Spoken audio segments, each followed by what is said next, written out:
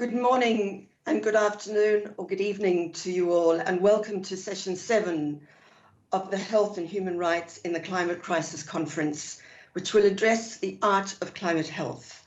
My name is Andrea Durbach, and it is my great pleasure to be joined by our guests, artist and health policy manager Ronda Clarke from Western Australia, Australian artist Laurence in Sydney, and author, playwright and activist formerly Ensler in New York.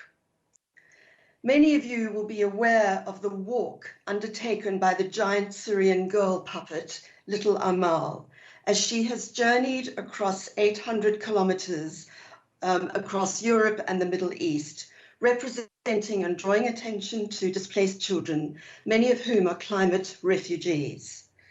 A cross-border arts collaboration on a massive scale, with hundreds of supporting acts along the way.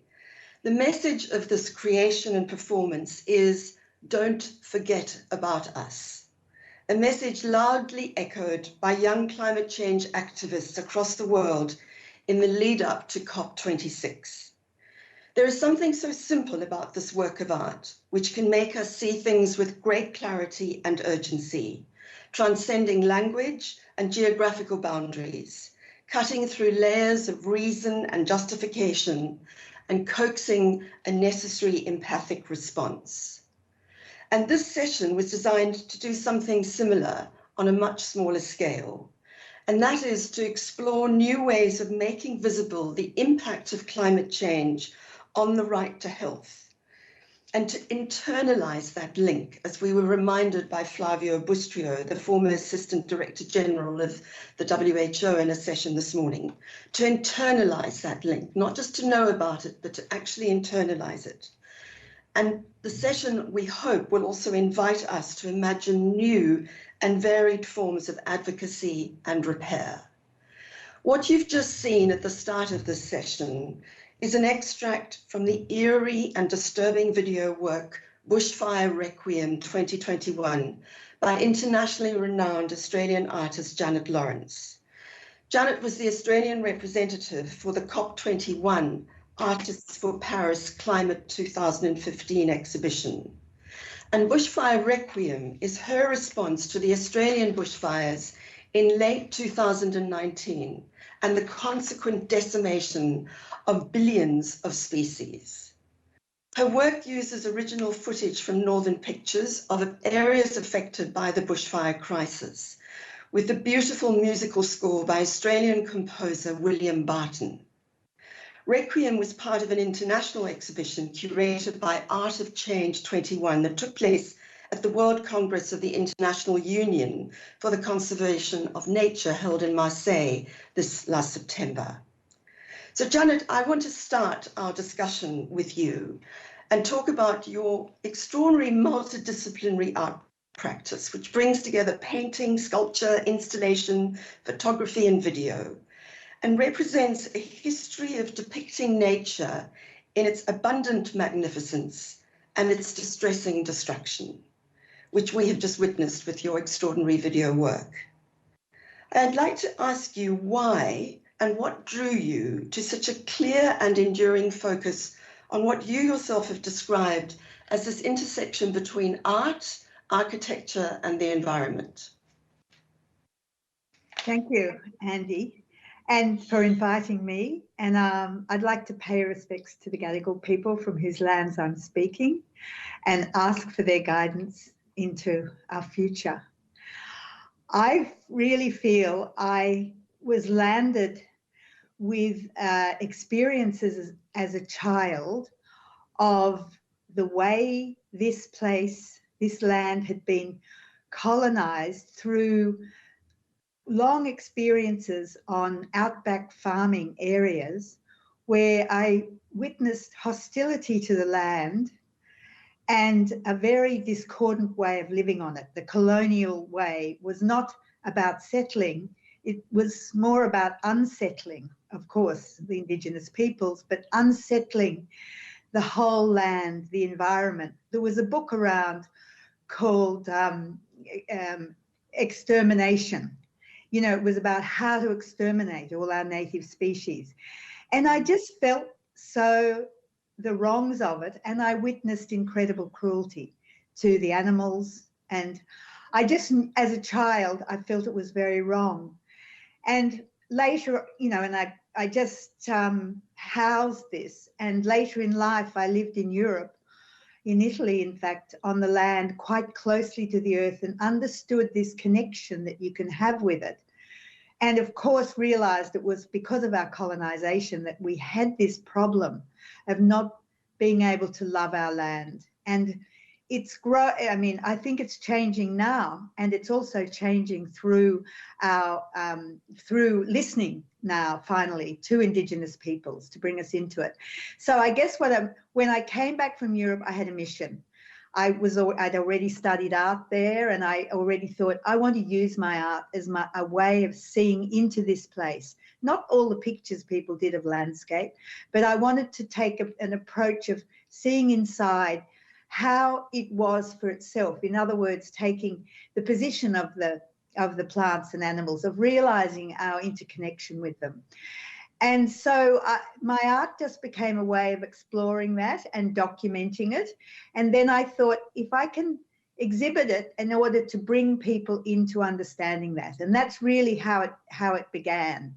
And it grew from there, recognizing what I was trying to do, but recognizing that I think I wanted to bring love to it, because unless we can love a place or thing, we can't care for it. And so that became an abiding concern, through this exploration. Yeah.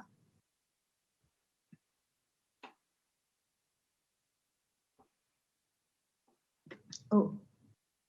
I can't hear you.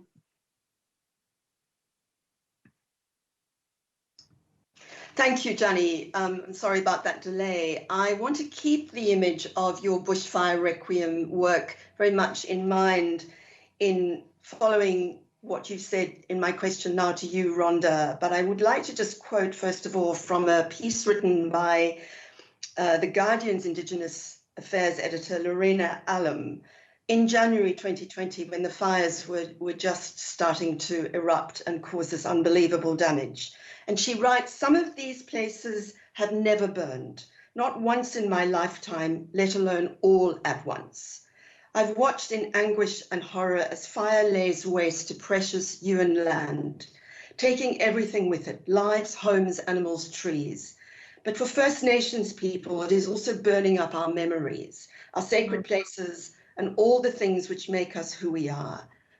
It's a particular grief to lose forever what connects you to a place in the landscape. Our ancestors felt it, our elders felt it, and now we are feeling it all over again as we watch how the mistreatment and neglect of our land and waters for generations, and the pig-headed foolishness of coal-obsessed climate change denialists turns everything and everyone to ash." Ronda Clarke is a Nyikina woman and the Mapper Project Manager for the Aboriginal Health Council of Western Australia, a peak body for the 23 Aboriginal community-controlled health services in the region. Ronda Rudda is also an artist who, with local communities within the ambit of these health services, developed and created a visual submission to the Western Australian government's inquiry into the impact of climate change on health in 2019. And I believe it was one of the first statutory inquiries in the world which actually formally linked the climate crisis and health. Ronda, I want to ask you, when you were preparing this extraordinary novel submission, and we'll look at this wonderful painting further into our session, when you were preparing your submission and you were consulting with the various communities, what were the kinds of environmental changes you were witnessing due to climate change? And what were people in these communities telling you that they were experiencing in relation to their environment? Good morning, everybody. To start with, before I answer my question, I'd like to acknowledge the Whadjuk people of the Noongar Nation and pay my respects to the elders past, present and emerging, on which I'm presenting from today, and also a call out to all the Aboriginal and Torres Strait Islander people and the many lands that are zooming in and out of today as well. So in answer to your question, for Aboriginal people, their culture and their beliefs are underpinned by the Dreamtime, their language, their skin groups, their families, their kinship systems and the community, as well as the land and the country on which they live. The changing climate is having a significant impact on all elements of Aboriginal culture, people and communities, and some of the impacts, and these have been over years, and we are now as you said in the article, we are now, can I say, reliving all over again. So some of the changes are the change to the landscape. So this includes our waterways and our water holes. These are drying up and they're changing. The rivers are moving their ways and splitting. It's the loss of traditional bush medicines and bush tucker. The decreased numbers of increased migrant of native animals, many of which are traditional food sources that contribute to an Aboriginal person's diet. The changes in the biodiversity that are affecting the fish species in the oceans and the rivers. The loss of precious Aboriginal culture and heritage and Dreamtime, history and land. This is like some of the waterways have come in and they've covered up some of our history. If you remember, you go back in time, it wasn't about religion for Aboriginal people. Our religion was what we painted on rocks and caves, and we had different sacred sites in different places. And the loss of that traditional lands and those sacred sites is very hard for our Aboriginal people. This all connects in with our social and emotional well-being, and we don't, as Aboriginal people, call it mental health because there's a stigma attached to it. And through this, we've seen lots of health issues with respiratory disease, asthma, skin issues, scabies, acute rheumatic heart disease, trachoma, eyes, health, ear, the whole lot of them.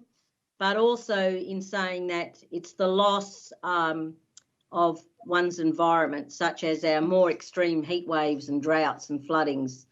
This has caused in some communities, they've had to move away from their community because of what's happening with climate change. So they don't have that access for the food security or the water quality. Travel, it's made it very hard. They've been cut off from family and community in some cases.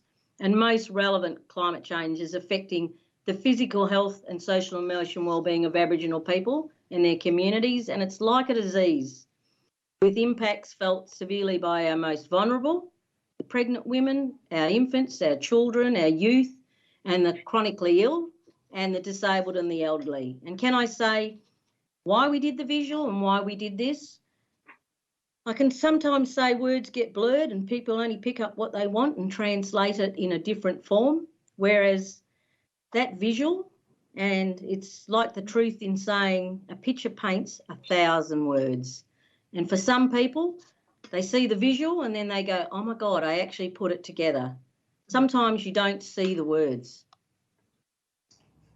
That's very true, Rhonda, and we'll come back to I'm going to invite you to take us through this extraordinary artwork later. But just as you were talking, it reminded me so much of the Welcome to Country to this conference by Danny Larkin, when she talked about that the land which cares for us, we have to care for in return. There's this reciprocal obligation that is so embedded in a culture of so many thousands and thousands of years that we have yet to internalize, to use Flavia's words. In her opening address, some of you will remember to this conference, Dr. Tlaleng Mofokeng, the UN Special Rapporteur on the Right to Health, who is South African, mentioned that before she came into this role, she'd been a mine doctor in South Africa. And she spoke of the greedy extraction from the earth and the impact on workers and community health as a form of violence. And then she also equated that and spoke about that this is a violence exerted by humans on nature, on our earth. Mm-hmm. Many of you will know the work of formerly Eve Ensler, author, playwright, and activist, as a founder of V-Day, the global grassroots movement to end violence against women and girls. A major trigger for the development of this movement was V's work with women in the Democratic Republic of the Congo, who suffered unimaginable brutality by armed gangs and militias who were fighting over control and are still fighting over control of the country's gold and diamonds. You've written about this destruction of the earth through extraction, which you witnessed in the DRC, and the violence that fossil fuel corporations perpetrate against the climate as being analogous to the magnitude of the violence perpetrated against women. And I wanted to ask you to tell us what provoked this analogy in your writing. Thank you, Andy. I'm so happy to be with you and honored to be here with Ronda and Janet. And before I answer that, I just want to say that I'm here speaking from traditional lands of the Lenape people in upstate New York, and that I stand in deep solidarity with the Land Back movement, which is about the reclamation of everything stolen from original peoples, their land, their language, their ceremony, their medicine, and their kinship. And in answering your question, I would say that, you know, my experience in the Congo and actually many places that I've been, whether it was North Dakota, in the man camps around the back in oil fields, whether it was in the Philippines with the Lumads, who were indigenous people who were moved out of their lands, whether it was with women from the Amazon tribes who have seen lumber extraction and what we've seen in all those places isn't just analogous, it's often simultaneous, that we're seeing the rape of people's lands, the pillaging, the plundering of indigenous people's lands for mining from outside forces, from multinational companies coming in and colonizing and plummeting and taking what isn't theirs. That mining is in itself, that extraction is, whether it's the back in oil fields where you still see the drills going into the ground, and literally the mechanisms of those drills is a raping mechanism. The same with the mines, the same with every place I've been in the world.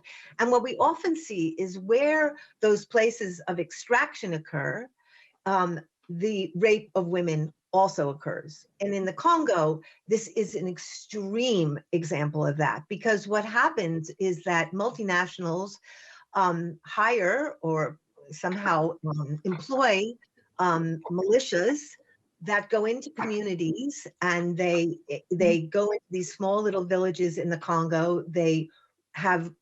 They rape women in their homes. They have husbands rape their daughters. They have sons rape their mothers. They destroy the family. They burst about the family infrastructure. The families flee, and the militias take over the mines. And over the years in the Congo, this war has been raging now for 18 years. We've seen hundreds of thousands of women not only be raped, which would be gruesome enough, but their bodies are ripped asunder by objects, by wood, by things that are shoved into them because they want permanent destruction. And I think for me, in my years of experience now, 10 years in the Congo and also traveling the world, I think that where we don't honor the earth, where we don't listen to the earth, where we move drills and we move objects and we move things into it to take from it which is not ours, to plummet it, to in our over resourcing and our over consumption. We do the same thing to women's bodies. We don't see them as subjects. We don't see them as life bodies that have histories and that have futures. We see them as things to be taken and things to be used and things to be extracted. And I think the longer I'm in this movement to end violence against women and girls, 2 years ago we literally added "and the earth" in one breath, because it really is one breath. And also, if you look at also, you know, how many times have we ever seen rape, for example, in war?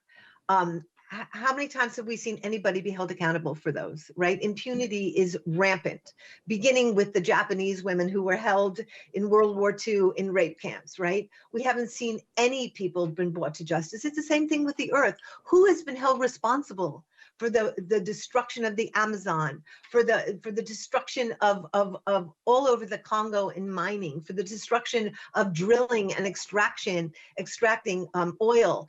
And I think these two things are also very comparable. Thank you, V. Well, I'm going to bring us back to look at a piece of artwork which in a sense depicts what most of you have been talking about so far, which is the damage to the earth, which Ronda, you spoke about, what the communities are already feeling, but also the consequential damage to the communities that you service, in particular Aboriginal communities in Western Australia.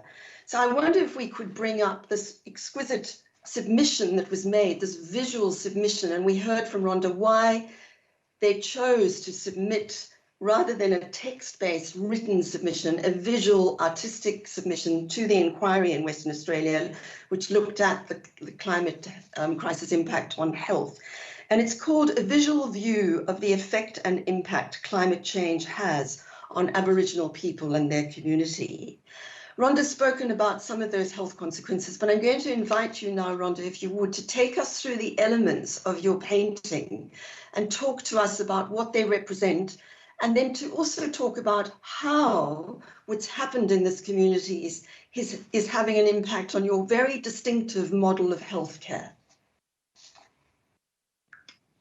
Right, so if I go to the painting and I talk about the white dots coming from the top of the sky and from the bottom through the water, the sea and the water holes, this shows climate change as a disease and how it affects and impacts on every living thing, from the individual, their families, the infant within the womb, the wildlife, their offspring, so the eggs that are sitting there by the tree, the fish in the ocean and the waterways, just like I told you, the plants and the trees, the bush tucker, our traditional medicines, and the landscape on which one lives, works and plays. The visual shows how Aboriginal people are traditional owners of this country, descendants from a proud people. It's about our cultural identity. It's our links to and connections to the land and the country, which is really important to our people. It's about I am culture, culture is me. I am country, country is me. I am the bush, that is me.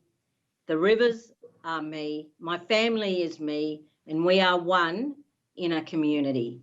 But if you go back in time, for thousands of years, Aboriginal people have continued to live in harmony with the land, sharing their traditions, their values and their culture as they hunted, fished, gathered food. The Aboriginal culture has been shared from generation to generation by story time, individual stories, songs, dance, art. We've always been visual people, and the dreaming is history. Like, this history is how the world on which once was featureless was transformed into mountains and trees and hills and valleys and waterways. The dreaming that we have and we tell is about how the stars were formed and how the sun came to be.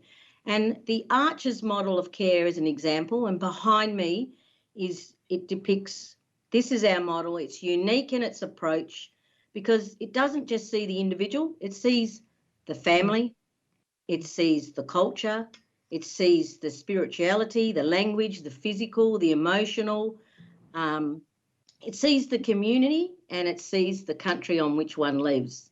The same approach is required and could be required for understanding how the ripples effects of climate change have broad-ranging impacts of health and well-being on Aboriginal people in their communities, and not just Aboriginal people, on all people.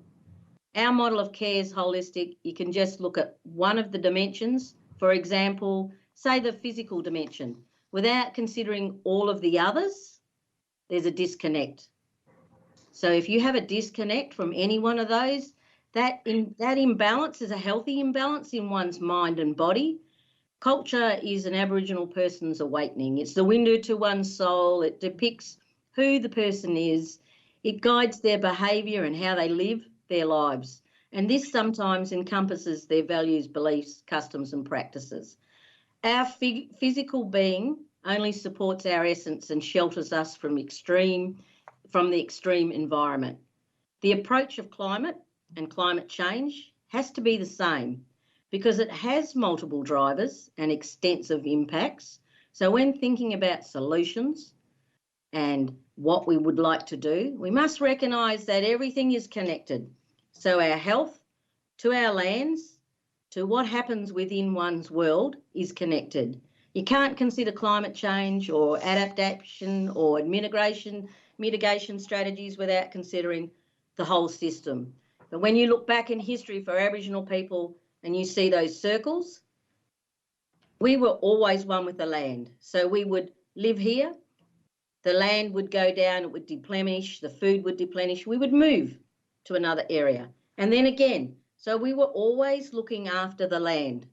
So sometimes it's best to come to our elders and say, is this the right place to put a house? Is this the right place to drill water? We've been one with the land for many years, and now it's our turn to say, see these? They're not tin. Listen to our story.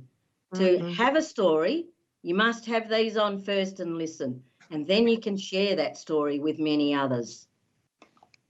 Well, thank you, Rhonda, and I hope that message is being heard loud and clear by our government at the moment, because they could learn so much from what you've just said, particularly this reduction all the time to one element of dealing with this crisis, which is net zero. You know, that phrase is just driving me crazy, and just listening to you giving this comprehensive perspective of what needs to happen for the planet to survive and to retrieve its health has very little to do with net zero. It's one element, but the connections that you make, let's hope that message gets through. Janny, I want to come to you now to go from Australia, which you first talked about, and Rhonda's now given us some in-depth insights through her beautiful painting, to your work that took you increasingly outside Australia into this changing world that was happening outside Australia. You went and explored the Styx and the Tarkine wilderness areas of Tasmania, the Australian Great Barrier Reef, the forests of Bhutan and Brazil, Indigenous communities in Chiapas in Mexico and their old growth forest. And I'm interested to know what actually took you outside after such a clear focus on the interior. And then I'd like us to come back to something that Rhonda's been addressing, aesthetics of care that permeates your work. But let's hear what took you outside first. Well, I was actually invited to Chiapas, which was really, really interesting, by a foundation that invited artists and poets and writers to come and look at the very beginnings of deforestation there, and seeing the incredible, alarming and rapid change that it made to a society of Indigenous peoples living in the forest, to lose their whole being, their way of life, their sacred trees, and the later decimation that happened there when I went back to see what had the mining that had occurred, the total destruction of when these multinationals, as Eve has mentioned, move in with this violence and destruction. And on top of that, you know, with climate change coming to all of these forests, they need to be cared for. They need these peoples to care for them. And so I decided to go to all of these places that were in states of emergency, really, to try and understand how could art address that. But of course, we've got them all around us now. But then, of course, 20 years ago, they seemed further afield. But then, of course, right here in Australia, in Tasmania, old growth forests are still is still deforestation going of old growth forests. You know, the tallest flowering trees in the world, the Eucalyptus regnans, are still being felled in Tasmania today. Government policies allow this. The whole of New South Wales, Northern Coast, is all being deforested now. It's alarming in this time of climate change when we need our trees so badly for all the reasons we know what trees bring. And of course, people's are removed from looking after them. In fact, it just becomes, you know, a destructive industry, pulping old growth, beautiful forests for paper. So, of course, there's huge actions taking place here and everything. As we know, there's fights going on about it. And trying to think of artwork that could be, on the one hand, activist, but on the other hand, inviting people in to see this, to see what needs to be done. I spent time on the Great Barrier Reef and observed there too, you know, with all the climate change as well as all the runoff from the farms, over a period of time, that terrible coral bleaching and the destruction of it with the huge weather, you know, storms, and it was alarming over a period of 10 years to see the difference there. So I decided the way to address this would be to create hospitals. It started with a hospital for plants. That was really just the most intimate experience to have, of like 40 wards that people can then relate to, understanding, you know, plants in a renal ward or homeopathic ward or intensive care or blood transfusion. You can easily transfer chlorophyll vascular system with our blood vascular system. So it was quite an easy one for people to kind of empathise and enter into this hospital and see the attendants caring for the plants. And the alarming thing is that when you go into plant pathology, because over the years I've worked with scientists and had a look at what actually happens behind the, you know, the scenes in science, this, you know, how things are explored and cared for, really, that really occurs. Very much of that occurs, but people don't see it. So it is quite an intimate thing to do, to try and bring people into that in order to address the wider environment, how it needs to be cared for. And so for the Paris COP 21, when I did the hospital for the Barrier Reef, and it was done inside the Natural History Museum there, which is a very beautiful, dramatic, dark and theatrical place. My hospital was very illuminated, as hospitals are, and it stood out quite strongly. And it was great because everybody was coming through there because it's one of the most visited places in Paris, and really seeing the Barrier Reef for what's happening there, with our government trying to hide away from it, and still avoiding any focus on the disaster there. And so it was, I think it was a way of reaching people through empathy, to create a kind of language of empathy and care and aesthetics of care. So it's actually really using aesthetics in a way which I believe brings people in touch with things. It's not shouting, but it's still a kind of activist thing to do to address this, and that our need to show this care, and, as I've sort of said before, love, and how to you know, with using art in this way. And there's a lot of ways I try and bring that kind of enmeshing the sort of space, so you enter into the space, so you experience your interconnection with other species, with plants, with the rest of the world around us. So you really become part of that and realise that their well-being is our well-being.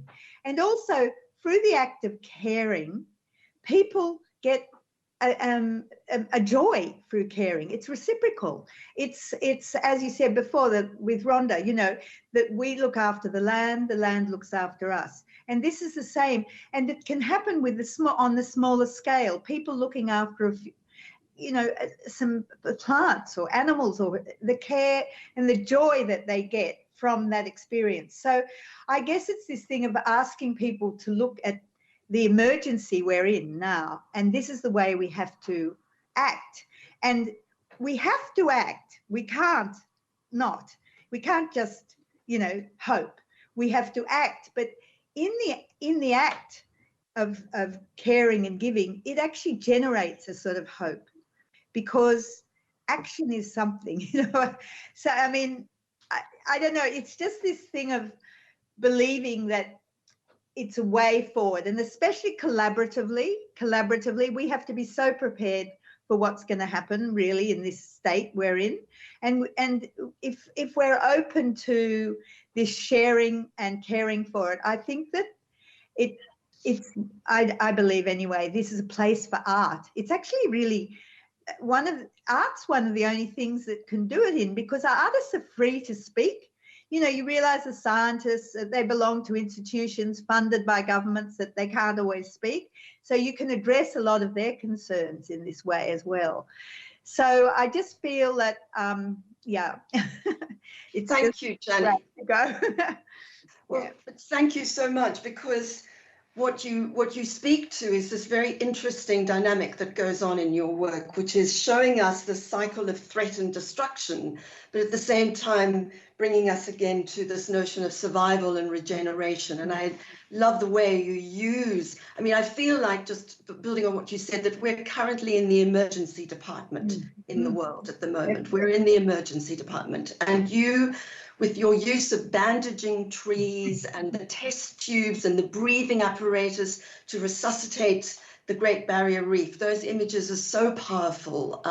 So thank you so much for those extraordinary works. And I'm sorry that we can't dwell more on them, but Johnny, you all have known that we've been circulating on the screen some of your amazing installations while you've been speaking. On the theme of healing, you have done extraordinary work with the Nobel Prize winner, Dr. Denis Mukwege, in the DRC, with the creation of your City of Joy, a revolutionary leadership center for Congolese women survivors of violence in the DRC.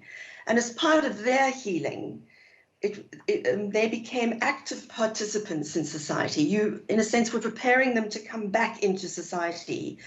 And in doing so, you invited them and trained them to write, to dance, to sing as part of their recovery.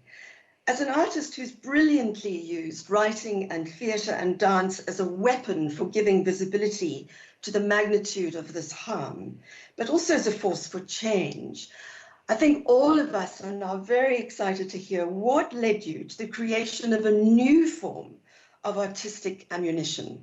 And this is the musical fable, which is called Wild, a musical becoming, which has its focus the escalating climate crisis. Tell us about how you got to a musical after all this work, and tell us about okay, Wild. Well, it's a wild journey to get here, right? I think what I've known for a long time is that art has the capacity to move us out of binaries and out of dualities, and to open our hearts and to create community and to bring us together. And I think, you know, I was invited by these two wonderful artists, Adina Menzel and Justin Tranter, a genius songwriter, and Adina's a brilliant singer and performer, to create a piece. And I said, well, the only thing I really want to write about now is climate change. And they said, okay, we're game. And I said, well, let me go off. And I think one of the things I've been thinking a lot about is, how do we reach people who have become inured or numb or overwhelmed or shut down, because everything feels so apocalyptic right now and overwhelming, so that people are not thinking about things anymore. They're shutting down. And I'm a great fan of fairy tales and fables, because I believe they have the capacity to take us out of ourselves enough and give us enough distance from ourselves that we can perhaps come back and look at ourselves. And so I thought to myself, I'd really like to write. I live now deep in the woods, and I live with the trees and the and ponds and turtles, and I am informed, and I am in service to the Great Mother every day, and I live in her embrace. And I really ask her to help me figure out how to communicate what we need to do right now in a way where people could hear it, and what way would people would open to it, and a way would people be excited to it. And I've been so deeply, deeply moved by this young, rising movement of youth, you know, Greta and all of the young women and men who are climate change activists and who have generated such rebellion and hope and fierceness around the world. And I think I honestly myself have never really progressed. I think deep inside I am a teenage girl. I don't think I've really moved past that. And I'm happy for that. I'm glad my teenage girl is still intact. And I thought, what if I really tried to create a fable where youth are in charge, where youth are driving the show, where youth's passion and youth's commitment and youth's fear of not having a future really began to create mystical, magical, supernatural things that would occur. And I have to say, I think that music, I've been involved in other musicals before. I've never written a full musical, but I have seen the power of musical in 1 Billion Rising, for example, which is our global movement all over the world for the last 10 years, which is about dance and how women dance all over the world to resist climate change, to stand for workers' rights, to stand to end racism. And I've seen what happens when women and men dance in collectivity, like Ronda was talking about, in community. How do we create collaborative, community-based things that take people out of their aloneness, which keeps them in their dread and fear, and brings them into a theater and brings them into community where they suddenly feel like things are possible. And I'm so thrilled because we start rehearsal on Monday, but I wanted the Earth to tell her story through these children. And we have this Earth Choir that's part of the show, and the Boston Children's Choir. This wonderful, incredible thing happened where we went to them to see if they'd be interested. And their theme this year was climate justice.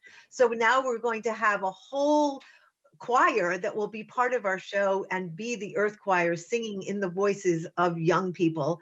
And I think, and if I can say something about fables, I love them. I love storytelling. I love the idea that we can make things up and we can use our imaginations to actually begin to write a map out of our current situation, and in some ways to write right back to the Aboriginals, to write right back to the beginning, where people knew exactly what was going on and knew exactly what to do, and were robbed of all of that by colonialists and people who thought they knew better, and people who wanted to take all their wisdom and take all their magic and destroy them. And I think what I'm hoping that this musical will do, we're calling it a musical becoming, because I think right now we are in a heightened state of consciousness and becoming. We are all trying to evolve this next state of consciousness that is hopefully going to give us the imagination and the possibility to find our way out of complete destruction. And I hope that people leave this theater knowing that they are part of that becoming, that each one of us has to play a significant role in using our imaginations, in raising our vibration. I had this dream where the mother came to me, and I was floating above America, and she said, I want you to look down at the world. And she said, and now look at America. And other parts of the world, there were lights, but America was completely dark. There were no lights. And she said, she just wrote in the sky, raise the vibration, raise the vibration. And I know my interpretation of this is that when we are in fear, when we live in greed, when we live in overconsumption, when we live taking more than our share, we really lower our vibration, and we go into loneliness, and we go into, we're in deep loneliness, people around the world. We're isolated, and we're in a very low energy field. And what art has the capacity to do, if nothing else, it raises our vibration. It raises our collective energy. And I believe in that collective energy raising, there is the vision of the new world. But we have to lift that energy up and lift that vibration up so that we can begin to see what we need to do. And I think music, and I think storytelling, and I think the collective storytelling, where each of us plays parts in telling that story, is very much a part of raising that vibration. Well, you've certainly raised all of ours, Eve. Thank you so much. And what you didn't refer, and I know that your musical Wild will premiere at the American Repertory Theatre in December this year. And you can hear Eve speak about it on the ABC on Stage Code, the Michael Cathcart program. So please make sure we'll put it on our website, the link, so that you can all hear her brilliant interview. But what you didn't mention, which I'm going to speak to before we cross to Ronda for our final question, is the beautiful names that come up, that this all takes place, your fable, in an area called Outskirtsia, and that the extractables come to town. I just love some of the language and the naming that you've adopted. And it spoke certainly to my little and teenage girl. So thank you for this. I can't wait. The characters are really exciting, like Mayor Maybe and Minister Muddle and Possible and Forte. And I feel like, again, with fables, what you can do is you can create this kind of supernatural or exaggerated or mystical reality so that you remove yourself enough so that you actually begin to feel and hear exactly where you are, you know? Wonderful. All right, well, we're coming to the end of our session, which I know we could go on for many more days, really talking to all of you. But I want to end with our final question and ask you to be brief, because we have a surprise coming right at the end of the session. So Rhonda, let me come back to you and to first of all thank you for your wonderful, wonderful contribution this morning. I want to go back to what you said to the inquiry when you addressed them. And I'm quoting, when the first settlers invaded Australia, falsely and disrespectfully calling it terra nullius, no one's land, they brought with them many strangers carrying many diseases. Today, the man-made impacts of climate change are bringing a new form of disease to our country. And you ended by asking this question: if we were to call climate change a disease, would more people take notice? And I want to ask you very briefly, if you wouldn't mind, just to tell us what has changed as a consequence of you going to that inquiry? What were the recommendations that sort of zinged with you? And what needs to happen for that transformation that you speak to occur? Briefly. Okay, so I'll go back to the painting. The black dots that are on the painting show things that can change. We can come in, and they can come in many different forms and colours, just like a disease and just like climate change.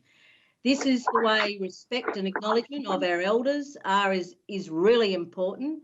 The people that know where to build a house, explore, dig, where to find water. They know the seasons, and there's not 4 seasons in the Aboriginal culture, there's 6. They know when to fish, when to hunt, when to plant, and most importantly, from that video this morning, when to burn. These are the people that need to be consulted regarding the lands and the waterways, the culture, the values and our beliefs. To make the necessary changes for all, we all really have to change in the future. We need to be coordinated, flexible. We need to collaborate. We all have a part to play in climate change and in climate health, and the need for us to come together to build meaningful, genuine partnerships to enable change is important. The protection of, and this importance is for the protection of air, water, land, the culture, and it depicts on a healthy lifestyle. And can I say, climate change has changed the world as we see it today. Can I say, nothing we see we can understand, and tomorrow it'll be different again.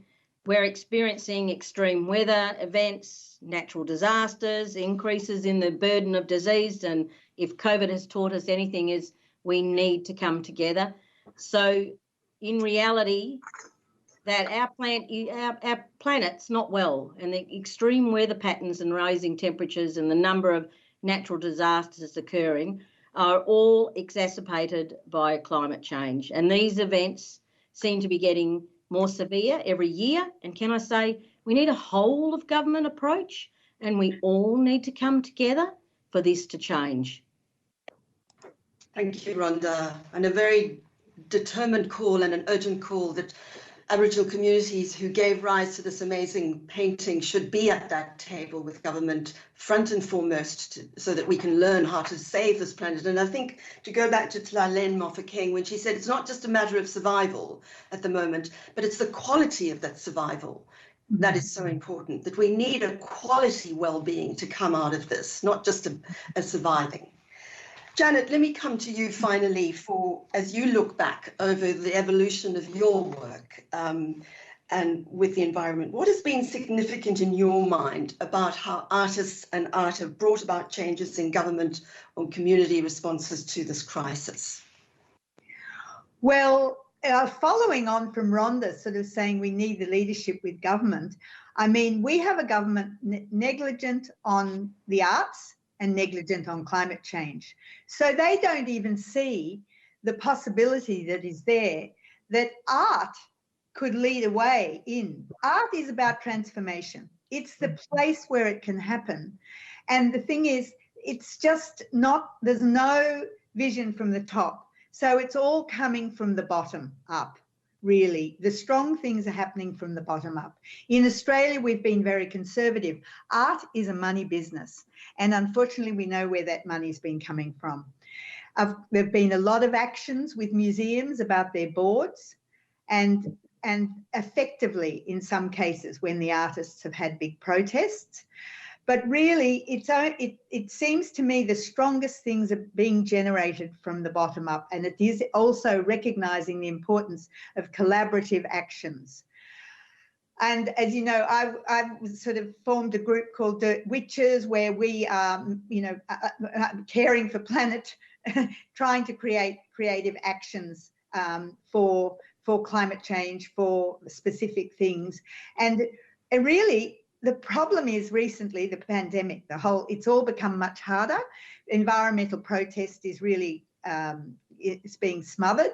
And so we have to find other ways of doing it.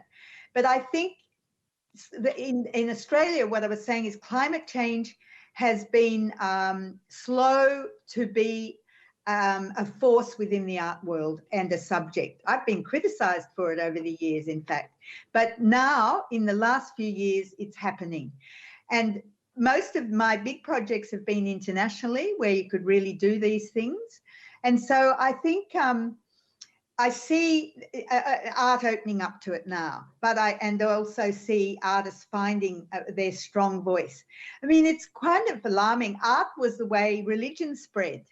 I mean, think how all the issues of climate change, the ringing the bell for extinction, think how it could spread if art was listened to and really taken seriously. And sitting there at the board, in the boardrooms, artists were there with Indigenous people showing the way how it could happen, and using imagination and opening up, you know, to these possibilities. So I feel, you know, having been involved in certain projects, we don't have time to talk about now, I have seen the effectiveness of things happening, particularly when you go to certain communities, you know, with suffering from solastalgia, and you see how affected people can be by being brought together and acting positively. And so, alas, I feel nothing from the government, but hopefully we'll be able to, you know, just get rid of them. Oh, well, actually, having the Dirt Witches, it was the most amazing relief. It was formed on the night of the election. And the relief that we suddenly thought of all the spells we could cast. Mm-hmm. And that's the immediate relief you get in the possibility of action and transformation. So I believe in art so powerfully as this way forward. Well, thank you, Janie, but get cracking with some more of those spells, please. V, I'd like to come and end the session with you. We've been hearing, and you did speak to this earlier, but we've been hearing about this complex magnitude of the climate change and its reach and its escalating devastation. Yesterday at a session at the conference, it was just so overwhelming, really, what we were being told by scientists. But the responses, as we've heard, are varied from disturbing and myopic, cynical indifference and empty rhetoric of governments like the Australian government to feelings, as you've all mentioned, of being overwhelmed by the enormity of what needs to be tackled. So I want to ask you in closing, V, what do you think that art in its widest sense can do to speak to a crisis that has often engendered, as you earlier said, feelings of powerlessness, anxiety, denial, and alas, inertia? Well, I just want to say I'm all for spells, and I am a witch to join your witches. Right. Yes, I'm there. But I also want to say that inside the word emergency is the word emerge. And I always think about that. And I will say that for me, theater is about community, collaboration, exactly what we need to learn how to do if we're going to survive. Yeah. We create the piece together, writers, musicians, songwriters, directors, singers, and then we continue creating it with the audience. It's about collaboration and meditation with strangers in the dark. We can write into the best of us. We can raise our collective vibration, which is now loaded to capitalism and COVID.